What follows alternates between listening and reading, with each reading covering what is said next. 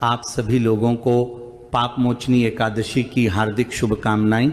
महाराज, यह वह एकादशी होती है जिसका व्रत अगर कोई व्यक्ति रखता है तो उसके द्वारा किए गए पापों से उसकी मुक्ति मिल जाती है, यानी कि पाप नष्ट हो जाते हैं। इसलिए इस एकादशी को बहुत ही बड़ा और विशेष माना जाता है। महाराज, इस बार ये पापमोचनी एकादशी की तिथि 2 दिन पड़ रही है। इस वजह से लोगों के मन में असमंजस की स्थिति है कि हमें पापमोचनी एकादशी का व्रत किस दिन रखना चाहिए और इस व्रत का पारण कब करना चाहिए।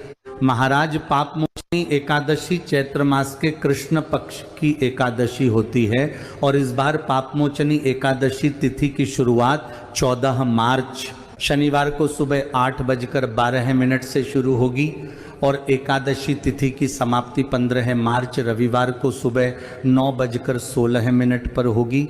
महाराज, वैसे तो 14 मार्च को एकादशी तिथि पूरे दिन रहने वाली है, पर हमारे यहाँ शास्त्रों में उदया तिथि के अनुसार ही कोई तिथि मान्य होती है और एकादशी में ऐसा माना जाता है कि जिस एकादशी में सूर्योदय हुआ हो और उसी दिन अगर द्वादशी तिथि भी पड़ी हो तो उस दिन का एकादशी व्रत रखना सबसे ज़्यादा सही माना जाता है।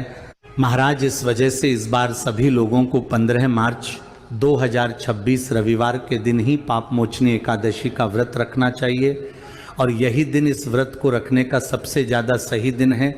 महाराज, एकादशी का व्रत रखते हैं उन सभी लोगों को अपने व्रत का पारण द्वादशी तिथि में ही कर लेना चाहिए और हरिवासर के समय में कभी भी अपने व्रत को नहीं खोलना चाहिए। इस बार हरिवासर का समय 15 मार्च रविवार को सुबह 9:17 से शुरू हो जाएगा और हरिवासर समय की समाप्ति शाम 4 बजे होगी। इसका मतलब जिस दिन हम व्रत रख रहे हैं इसी दिन हरिवासर का समय समाप्त हो जाएगा। ऐसे में पापमोचनी एकादशी व्रत पारण करने का शुभ मुहूर्त 16 मार्च 2026 सोमवार के दिन रहेगा और पारण करने का शुभ मुहूर्त सुबह 6:30 से लेकर सुबह 8:54 तक रहेगा।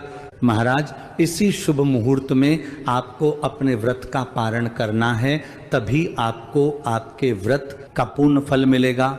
एकादशी व्रत पारण करते समय आप आंवले का प्रयोग कर सकते हैं या गंगा जल या भगवान के किसी प्रसाद का उपयोग करके अपने व्रत को खोल सकते हैं।